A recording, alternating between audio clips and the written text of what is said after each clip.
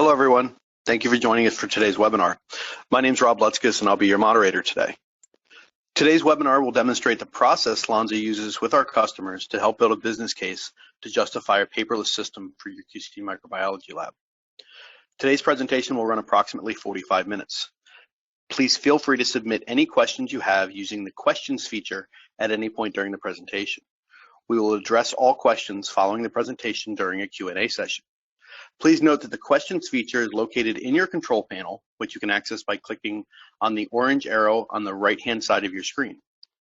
For those questions that we do not have the opportunity to answer, you will receive a written response within the next few days. We are also recording this presentation. You will be notified via email once the presentation becomes available and downloadable via Lonza's corporate website. If you should encounter any technical problems, please click on the web link provided in the questions pane of the control panel of the screen. Here you find the dial-in for our web host. They will assist you in resolving the issue. At the end of the webinar, I'll be showing you a feedback form, and we would greatly appreciate it if you could take a few minutes to fill this out, as your feedback is very important to us.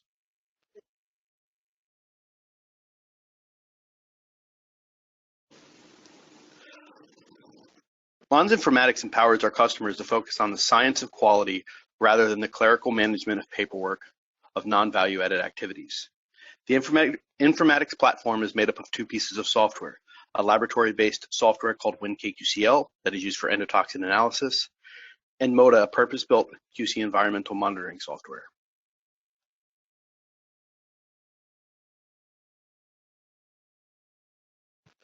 I'd like to introduce today's presenter, Jeremy Tanner.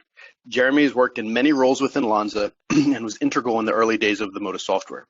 His current role is the Sales and Business Development Representative for the East Coast of the United States. Jeremy, thank you very much, and the stage is all yours. Yes, hello everyone. I'm excited today to present to you building a compelling business case for your QC microbiology laboratory. So we've been through a process of picking a solution.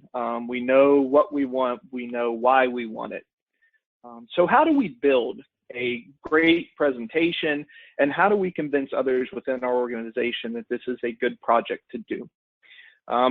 One of the tools that we've utilized is value stream mapping, which we'll go over to show how to visualize the data and collect it and get it together in a way that will allow us to build that powerful and compelling justification.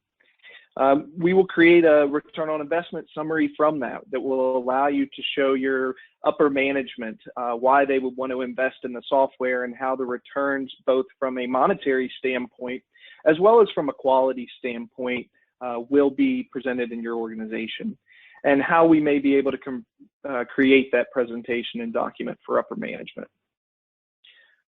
So a lot of people in the quality control departments haven't had the opportunity to ask for a lot of capital spending dollars. A lot of the times it's OpEx budget and small purchases such as an incubator or a water bath. However, there are a few projects within QC, such as your softwares, LIMS, your MODA systems, as well as potentially an ID system, where you may need to go before a larger audience within your organization to purchase these. So how do you explain to them where you want to go and why you want to go and how you're going to get there? You start with the pain, understanding the pain points within your process. Why are you not able to be as efficient as you'd like to be? Why do you have more deviations than you want? So we'll look at the pain points and how to understand them, but also how to quantify them. Then we have to link that pain to a solution. If we know the product or process that we want, we have to be able to show that the inefficiencies will be solved by the solution that we're picking. And we have to be able to quantify what the return on the spend or the upfront capital cost will be to the organization over a period of time. One of the other important pieces is a risk of no investment. If you do nothing, how will things continue? Will deviations continue at a rate that is unacceptable? If you grow as an organization, you put in a new building or you bring on a new site, How are you going to be able to hire with the inefficiencies that you have? Linking it to strategic goals or corporate goals is also extremely important to show that you're thinking about the direction of the company as a whole, and that you are looking into this project as part of a whole, not off on the side by yourself. And finally, putting that all together into a compelling business case. So if we look at a tool such as value stream mapping, it's going to help us visualize the overall process and understand and look at non-value added work versus value added work. Now, these terms may be new to you, but this is something that I'm going to discuss as we go throughout the presentation on what you should be looking for while you're doing this value stream mapping process, and we'll get into that a little more later.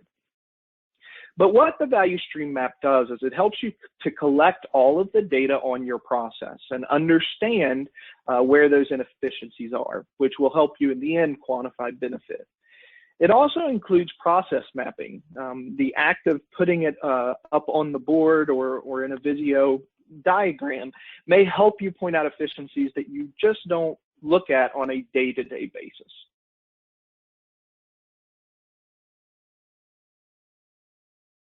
So from a value stream mapping standpoint, one of the most important things when you're doing a value stream mapping is that there must be no judgment. And management must really be supportive of this process. The reason for that is that you're asking people to tell you how they actually do the process. We all have SOPs in our industry that tell us exactly how to do a process, but sometimes there may be a piece in there that somebody is doing in addition or less. We need to understand where all those inefficiencies are, the ones that are included in the SOP, as well as the ones that may not be included in the SOP. So really spending time not judging. The other thing is that some people may say it takes them 20 minutes and another person may say 40. We have to understand that as part of any process, some people will be more efficient in some parts of those process due to their experience or their acumen. And we have to look at this as an overall process and look at averages instead of pointing out it took you 20 minutes longer.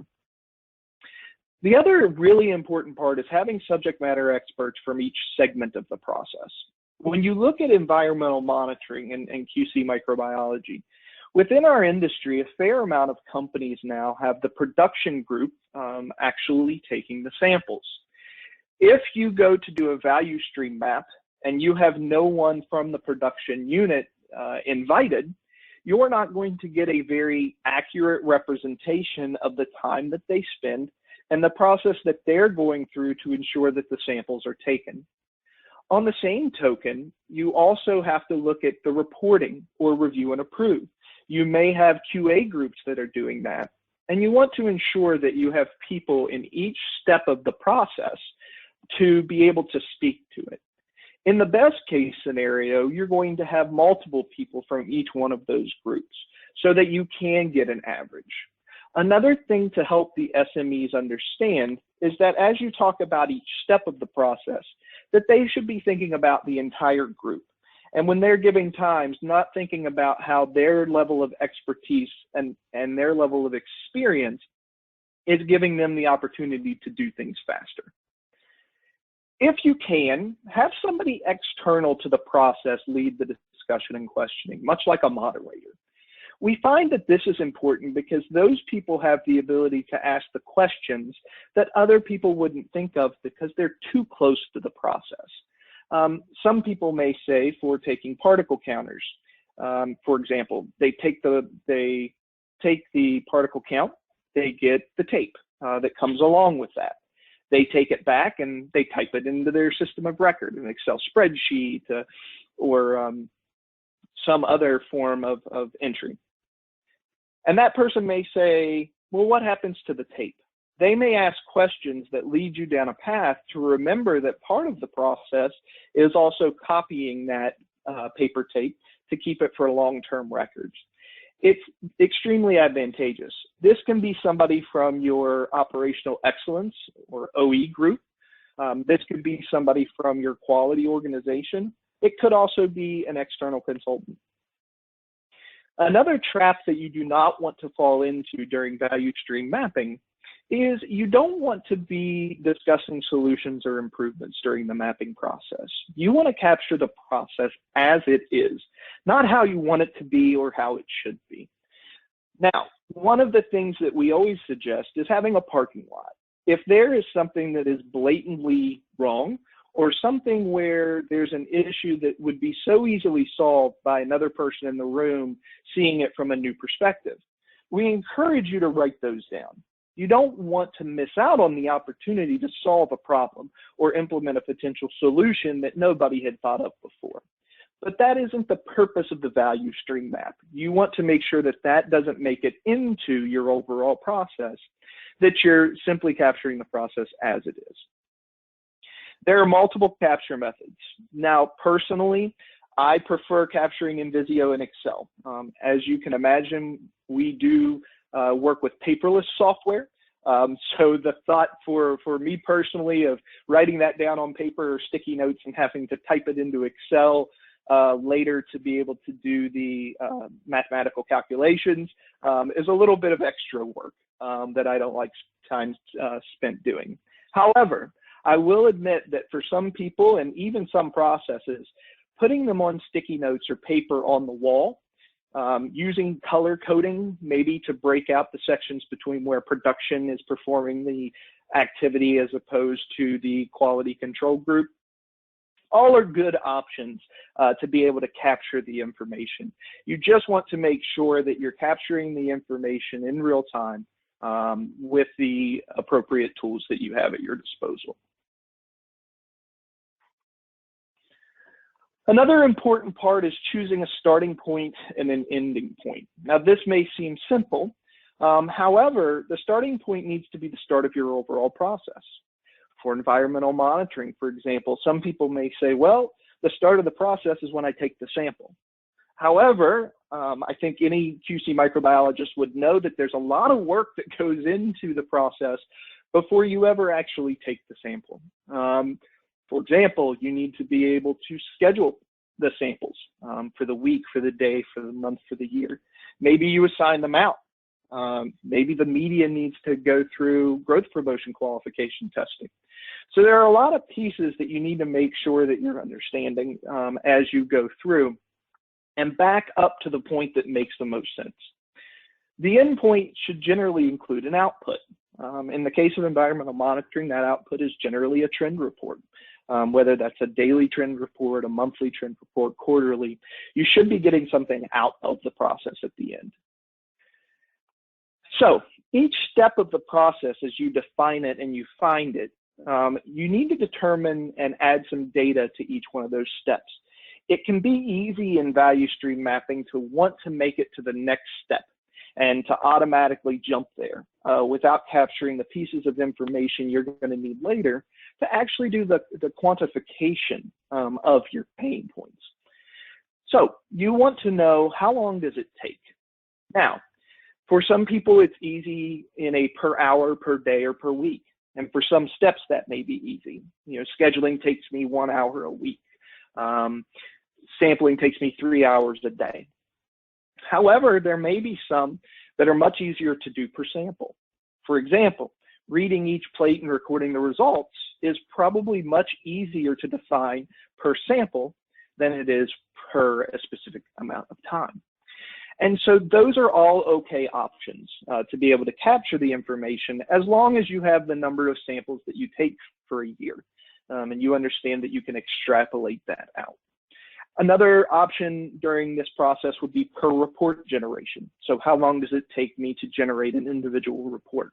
Once again, you would need to know how many reports you run over a given time frame so that you can extrapolate out to the annual. Another important part of this step is how many people are performing it so that you can perform the multiplication.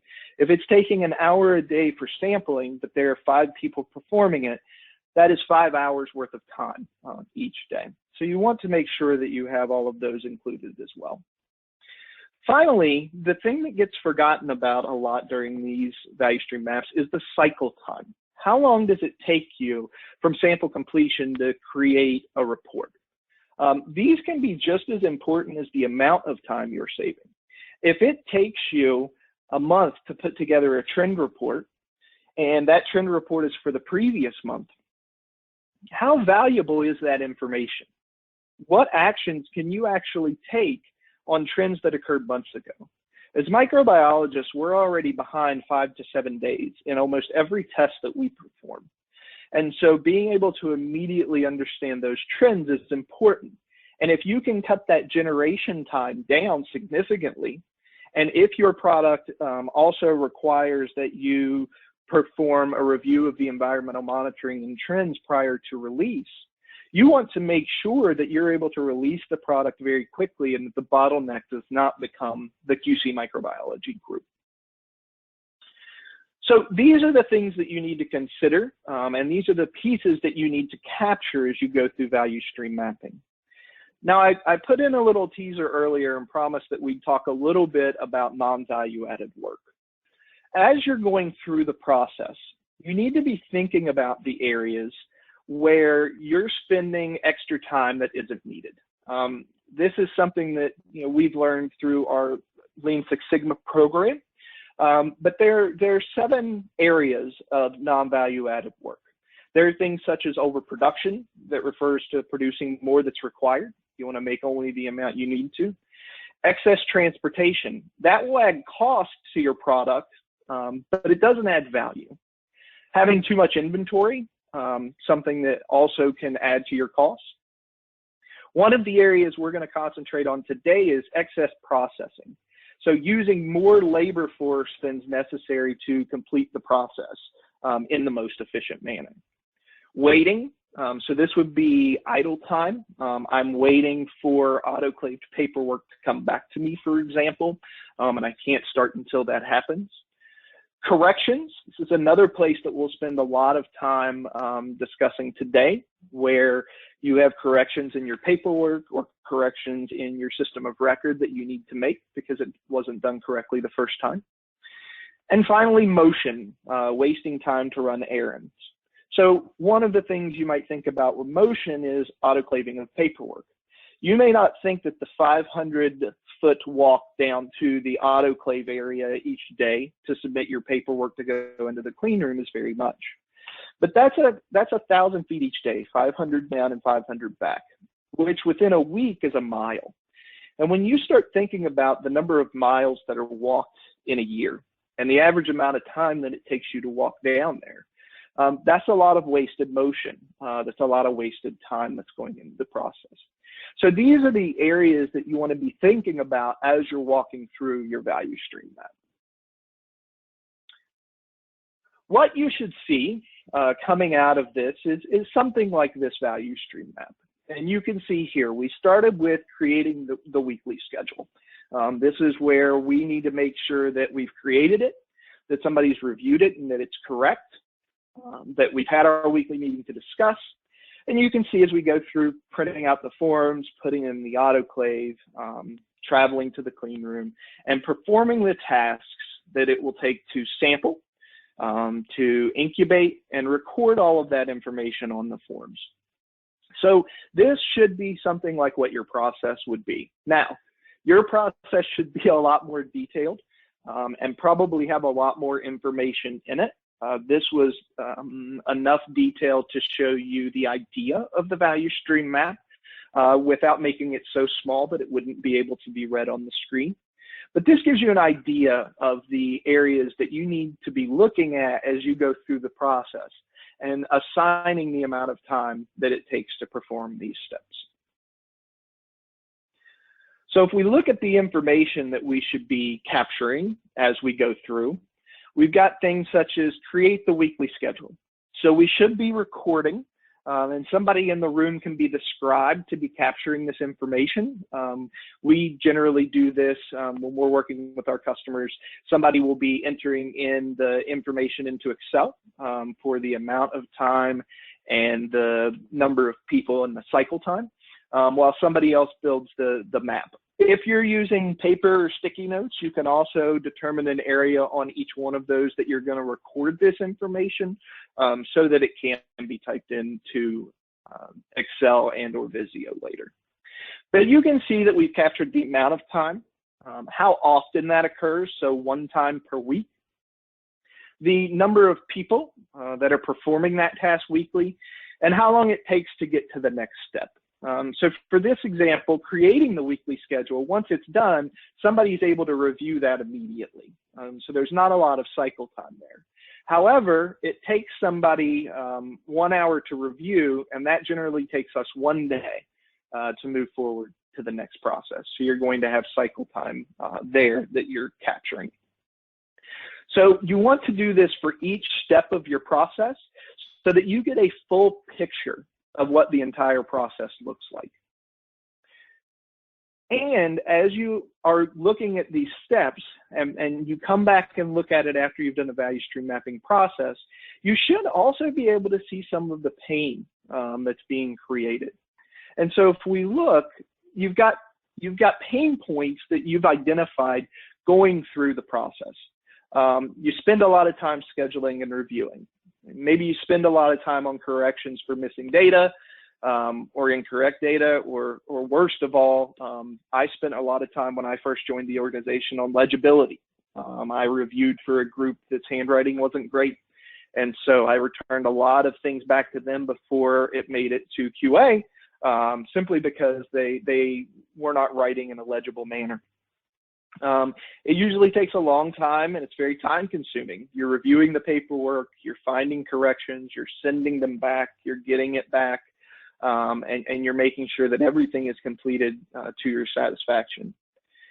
The worst part of any paper process for me, and it was this way when I sat on the microbiology bench, was that I would spend a few hours of my day actually taking samples, doing testing, which is the stuff that I liked, the actual science part of my job. However, I spent the other half of my day, or a couple of hours, typing up and entering things into Excel spreadsheets and Access databases when I first joined the company, before we had the Moda solution. And so, you can see in the bottom right-hand corner a picture of, our organization and some of the things we went through. Having a paper system as part of our value stream map and understanding our process, you can see that on the right side of the picture that we did get to better color coding. We got to better organization. However, we still knew that we couldn't manage 130,000 samples a year on paper with a limited staff. And so we did go through the process of making our process better. Our value stream map helped point out areas where we could harmonize and standardize and get better, which made it much easier and much more uniform to move into a system and gave us that opportunity. You spend a lot of time compiling information for trending, and you spend a lot of time performing trending. So one of the things that you can do is you can do a value stream map even prior to picking a solution. This is one of those areas that may be able to help you identify the problems in your process, some of which may not be able to be solved in your current process and system, some of which may be able to be solved more easily once you get a group of people together talking about how the process can be better in the future, even without systems. But what you'll notice is that you reach a point where a system is necessary to be able to solve the problems that paper causes, such as the ones that are here on the screen. So once you've picked that solution and you understand its benefit and its value, what you can do is go back through your value stream map and understand the areas that will be eliminated once you put in a paperless solution. For example, if the system is designed correctly, you shouldn't have to create a weekly schedule. The system should be able to create a weekly schedule based on the rules and parameters that you have set up in your SOPs or your qualification documents. You still may want to review that simply to say, WIFI port 1 is down this week, so I'm going to remove those from the schedule. So this is an opportunity to look at it and make sure that your SOP-driven schedule and your actual schedule for the week don't have any changes. However, meeting weekly to discuss that schedule doesn't need to occur because the users should be able to have their work assigned and see it. The entire process of printing out forms and autoclaving them and delivering them to the clean room could also be wiped out in a paperless process. Other things that we've talked about through this process are things like checking the media expiry, making sure it passed growth promotion, or checking equipment calibration. These are also areas that in a paper system, you may have to look at and spend your time making sure that they're within spec. And on occasion, you're going to find out it's not, and you're going to need to get other equipment into the room. The other issues that exist, and the one that I spoke of earlier that was the least favorite part of my job when I first joined the microbiology group, was typing that information from the form into the system of record, so recording into a LIMS or an Excel spreadsheet. And then somebody would have to come behind me and spend their time verifying that I entered it in correctly, because I could make mistakes. You know, typing for a couple of hours each day, it was easy near the end of the day to potentially make a mistake. So people were always going behind, and we had a lot of what we considered that non-value added work that we talked about, where we had a second person spending their time reviewing the work of another because it was an easy way to make mistakes within this process. And then finally, although it's only represented by one block here, the compile for trending, the amount of time that we spent compiling all of this data into a format where we could actually report on it and make useful reports to determine how our clean rooms were functioning and if we were within a state of control, could take us weeks to perform. And the problem with that prior to a system was that the cycle time was too long, and we weren't getting meaningful time or meaningful data in a time that we could react to it. And so that compile for trending is one of those areas where we discuss cycle time. Became important to understand how much less time that we may spend on a particular step. As you go through and you're either striking these out, I prefer to make them red if they're going away, or an orange color if the time will be reduced. You should be going back through your Excel spreadsheet that you typed up from your original VSM and showing where the savings are for each one of those steps. So if those things are being eliminated, you should be able to look at them. What I suggest is that as people go through, you're going to want to determine the annual number of hours. It is generally the lowest denominator. Something may only take minutes, but annually it wraps up into a number of hours. The reason you want to do annual is that it will give you an opportunity to do the multiplication for your return on investment much more easily, because costing for employees especially is based on an amount of money per hour. So getting to that denominator is important. So as you can see here in my process, I have an as is and a to be. Here it's struck through, and that's mostly for the presentation purposes. I highly recommend having a to be and putting in 0 so that you can easily add up that information as well. So here we've got some steps that just have to be done that will be value added. For example, the regulatory bodies require that we take samples. And so 2 hours a day we're going to spend sampling. There's no way to save that time. People have to go out and take samples. However, the processes around that, printing the forms, creating labels, creating the weekly schedule, in this scenario added up to 2,652 hours annually. And so you can see that even small things, 1 hour a week, can add up to 52 hours over a year, and multiple of those small things add up. So you're going to go through your value stream in Excel spreadsheet, and you're going to add up all of those times to help you determine what your annual savings will be. So it's going to be the delta between the number of hours that you spend in the current process and the number of hours you will spend in the future process to complete the same amount of work. One of the things is you're going to want to talk to your finance department about a fully burdened cost per hour for your department. Now, this may be a new term to some, it may not be to others, but fully burdened cost is not just the salary of the employee. It is the salary of the employee plus benefits. So things such as retirement that they may be paying for you. Also, this may be an area where you would have things such as the amount of money that is spent on each employee for Social Security. And so the fully burdened rate will be different than just simply the average salary. One thing you want to make sure you do as part of building this value stream map is that for the fully burdened cost, you may want to look at multiple departments. For example, as we discussed earlier, if the production group is doing most of your sampling, then you need to make sure that you have a fully burdened cost for them and that you split out the sampling pass separately so that when you do the multiplication, you can multiply their rate against the number of hours that they will be saving. And you're going to have a different rate potentially for your QC microbiology department that is doing the remainder of the work. So make sure that you get the fully burdened costs for the departments that are doing that work. From there, you're going to be able to multiply out that total annual benefit in dollars. So you're going to be able to look at the amount of time saved, or the delta, for each part of the process, and you're going to be able to multiply that out into a total annual benefit.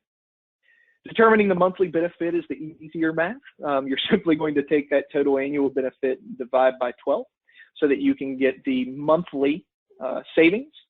And this will help you to determine what the return on investment looks like. So here you can see a table, very simplified, and I'll go through some of the ways that you can improve upon or do this differently. But something very simple that shows on June 2017, we're going to save $22,100. The cost that we put in up front to purchase the system may be $200,000. So the savings per month you can see is off to the right. The cost here is staying the same while the benefit per month goes up. What this gives you is a point at which the amount of money that you spent is saved. Here, that is 10 months, or our ROI, our return on investment. Everything from there on out is saving the company money. Now, this is not a table that I generally show in a presentation to my senior management or even to my management. I want a graph of this, which I will show you in a minute. But one of the other things that you can look at here is you can do things such as delay the benefit. So you may want to delay it from June until September. So the first 4 months, you think that just implementing the system, getting up to speed, it's going to take you maybe just as much time. And so you can show that delay and say, for the first 4 months, we may not see it. For the cost, each year you can add in things such as your support and maintenance costs that are ongoing for the software. You could even look 2 to 3 years out and add in additional validation costs that you may want to consider for upgrading the system within 2 to 3 years. All of those things you can add into the cost column to give you a true understanding of benefit.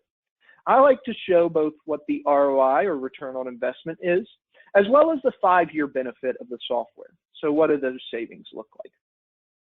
As I mentioned, I like to show this in a graphical format, or what I call a break-even analysis. So we're going to spend the money to a point. We are going to continue to save until we reach that break-even. And then from there, the money that we are saving comes back to the company. And I think that that's important.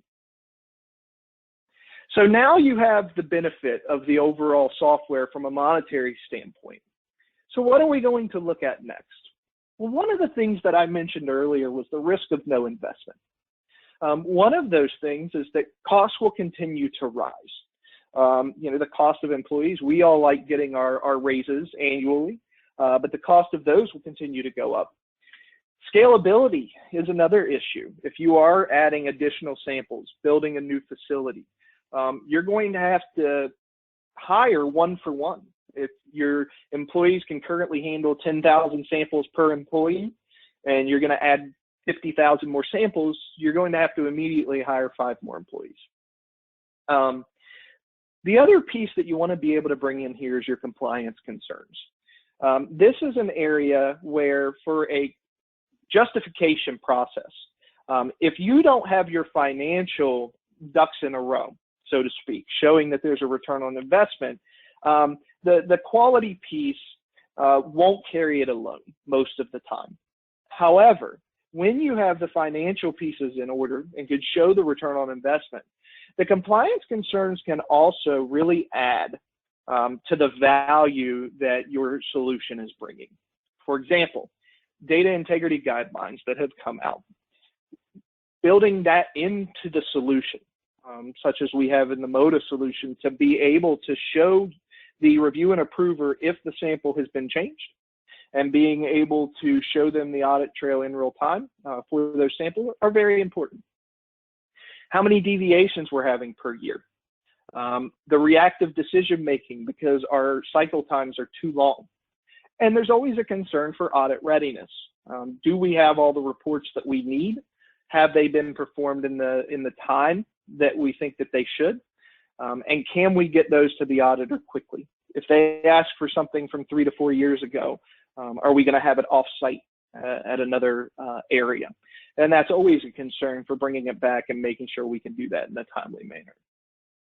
So if we look at one of the examples of risk of no investment, especially at a facility that is growing or plans to grow, it's looking at the current process and how many employees it takes to perform that current. Here, for an example, is 60,000 samples. And being able to extrapolate out if we're at 100,000 or 150,000, how many employees is it going to take? And looking at the future process, because we have all of the data collected and we have the delta in the number of hours that it takes between the two processes, we can look at what the future headcount could look like for that process. And what you can show, once again, tables aren't something that I generally show in a presentation, is the ability to show that in a graph. And I think these can be very powerful, showing that if we stay with our current headcount and current process, showing the blue line, that we will continue to grow in a linear fashion, but at a much faster rate per sample. When we look at a different kind of process that includes a lot of efficiencies gained from a solution like MODA, we can show that the rate of hiring doesn't have to go as fast. You're always going to have to hire more people as more samples come along, but it's the rate at which that hiring has to occur that can make the system cost extremely attractive to upper management. One of the things that I learned in my time in manufacturing was being able to tie the strategic goals of your entire company, of your site, of your department, being able to tie your project to those strategic goals. Strategic goals are set for a reason. They're set at a CEO level, a site director level, even a director level of your department.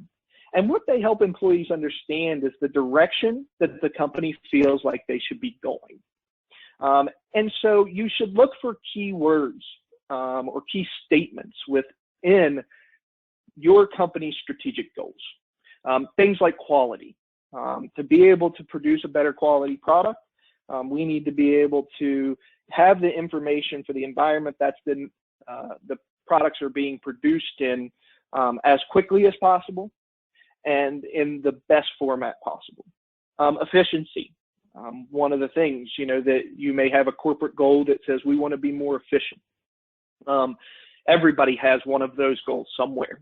Being able to show that you'll be able to be more efficient, that you'll be able to spend less time pushing around paper and doing the clerical activities and more time actually taking samples and doing testing, I think is important. Delivery, making sure you can deliver the products on time to your customers. We don't want microbiology to be the group holding that process up. And so looking to how we can make sure that we don't delay those processes by getting our information more quickly is helpful. And a final one may be employee satisfaction. And so one of the things that I learned putting in the system is at first change is difficult. Everybody doesn't like change.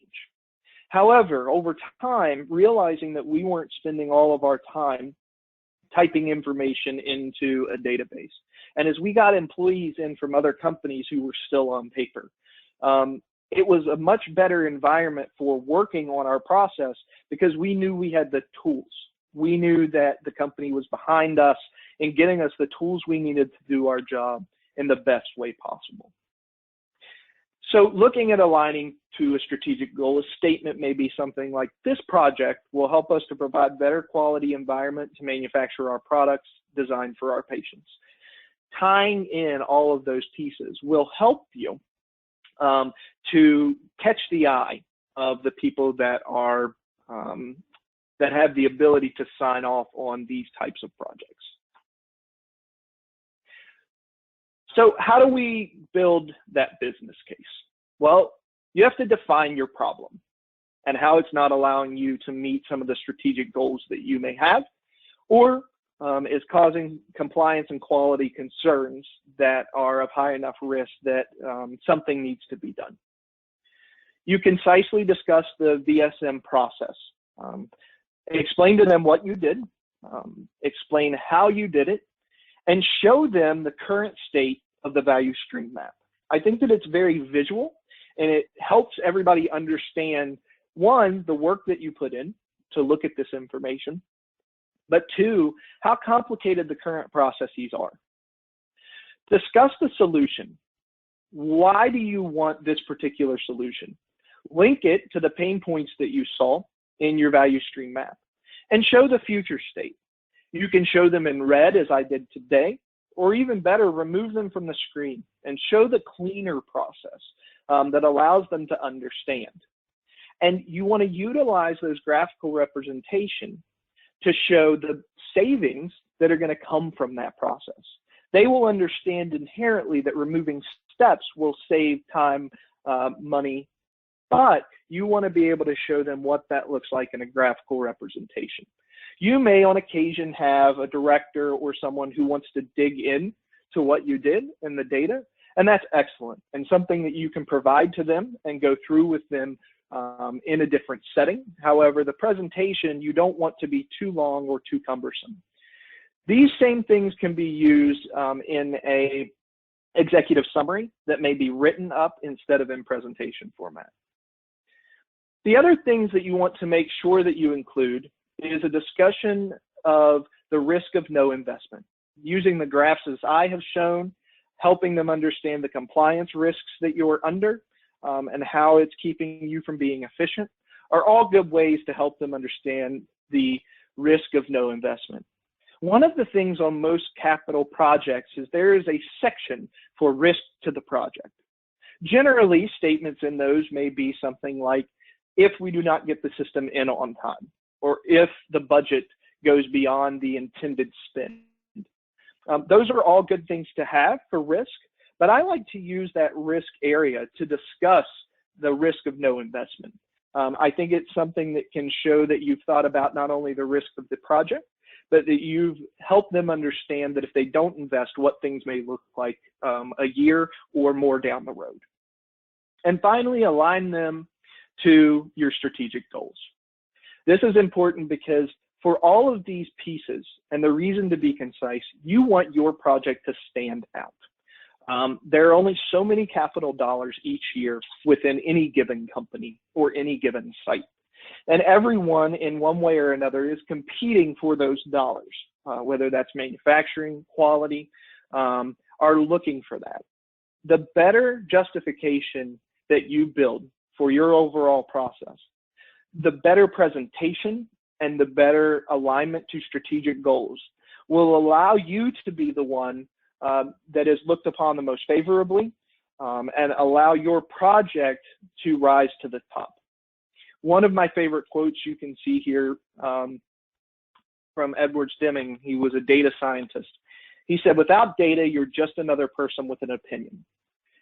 It is a great feeling to walk into a discussion with your upper management or to hand over an executive summary when you know you have done the work and you have the data to support everything that you're going to them with. It's not an opinion anymore, it is fact. And if somebody else comes to them with a great idea but without any of the data to support it, your idea is going to be the one that's looked upon most favorably. If we look at the summary, you can see that we've gone through the idea of understanding our pain points and being able to quantify those and put them together in a strategic manner that allows us to get the number of hours that we're spending per year. We've linked the solution and identified the efficiencies that we will gain, which steps of the process will go, which will become easier. And we've been able to quantify those and understand the delta of those inefficiencies and the number of hours and time we're going to be saving. We've added in the risk of no investment as we grow. How much more expensive will it be to run the projects and the process without a solution? We've looked at aligning that to strategic goals and putting all of that together in a compelling, concise business case or executive summary that allows them to quickly understand what our problems are, how we're going to solve them, and what the savings for the company is going to be in the end will allow our business case to be the one that they will look upon favorably. Our QC microbiology software solution was founded upon the idea of more science and less paper. It was built specifically for microbiologists to be able to do their job, to be able to work in their workflows, to be able to be in the clean room, to eliminate all of that paper intensive processes from your process. As you build it, as you look at it, you will see that a lot of the steps that are required in your current paper process can easily be removed. This equals measurable gains in operational efficiency, improved quality, and reduced costs for your organization. Putting together the proper justification allows you to get a software solution into your facility that is going to help you perform your job better and give you the tools that you need to make the best decisions for the products that will be going to your customers or patients. That ends my presentation, and I would like to offer the ability for you to submit questions using the question pane on the right-hand side of your screen. Thanks, Jeremy. That was a great presentation. Thank you, everyone, for your attention. Let's see if we received any questions. Looks like we only have one or two today. So as I go through the one or two questions we do have, again, if anyone does have any others, please submit them. I'm interested in Lonza assisting me in building a business case for Moda. Who should I contact? Jeremy, do you think you can answer that? Yes, I can. The next slide will show my contact information. You can reach out to me and we can work together with you. We've worked with multiple customers to help them shape their business case. We've come out on site and helped lead these workshops for you to gather and capture the information, and helped with our templates to turn around a compelling business case that you can utilize to go to your management. So you can contact me, or there will be information on the Moda website where you can email moda@lonza.com, and your local representative will get in contact with you. Thank you, Jeremy. Looking at the second question here, can Moda be deployed as a global solution? I'll actually take this one. The answer is yes. We do have a number of customers that have deployed Moda as a global solution. There's a number of different infrastructure options, and certainly it's available to operate in multiple languages. So again, using the contact information that Jeremy provides, feel free to reach out to him or any of the other representatives in your specific region. Okay. What other software platforms did you look at, and why did you select Moda over them? Jeremy, I think that one's for you. Yes, so back in 2007, 2008, before Lonza even owned the Moda software solution, we chose the Moda solution because it gave us completely paperless out of the box. And we understood that most of our pain was around the paperwork and the data entry that followed. Additionally, we got every trend report that we wanted built into the solution. And we understood that the user group of Moda would continue to build, and that as it built, we would continue to benefit from those people's ideas on trend reports and build with the product. As a company, before we decided to deploy this globally, as well as before we decided to purchase the company, there was a lot of work that went into competitive analysis and understanding where our competition stood compared to the product. And Lonza purchased the Moda product because they understood that it was a market leader, and that's what Lonza stood for and wanted to be part of that. Thank you, Jeremy. One more question here. Can third-party analytical tools be built in? Do you want to take this, or do you want me to take it? You can take that, Rob. Sure. So not necessarily built in, but we can interface with them. So there is the ability to send Moda data via our what we call our web service to these tools from the interface. So within our Analyze screen, you're able to create a query and submit these to these other systems. We do have the ability to pull from systems as well. So if you have systems on the floor or devices where you're looking to pull data in, whether they be analytical instruments or enterprise solutions, that data can be pulled in a variety of different ways, again, either manually or automatically. So the short answer is yes. The much longer answer is yes, but there are a couple of different mechanisms to get there. Okay. I will do a last call for questions. I do not see any others coming in. If there's nothing else to add, Jeremy, sure, go ahead and share your contact information. Great. Okay. So thank you again for today's participants for taking the time to join us for the presentation. Please take a moment to fill out the feedback form once the session is ended. We really take this feedback seriously. 5 is the best, 1 is the least. Don't hold it against Jeremy for his accent. Just a reminder, if we didn't answer your question, you'll receive a response in the next 2 to 3 days via email. You'll also receive an email notification once today's presentation becomes available and downloadable via the Lonza corporate website. If you'd like a more personal consultation, email Jeremy at the contact information you've seen here. You can email moda@lonza.com or visit us at lonza.com/moda. Thanks again for joining us. Have a wonderful day.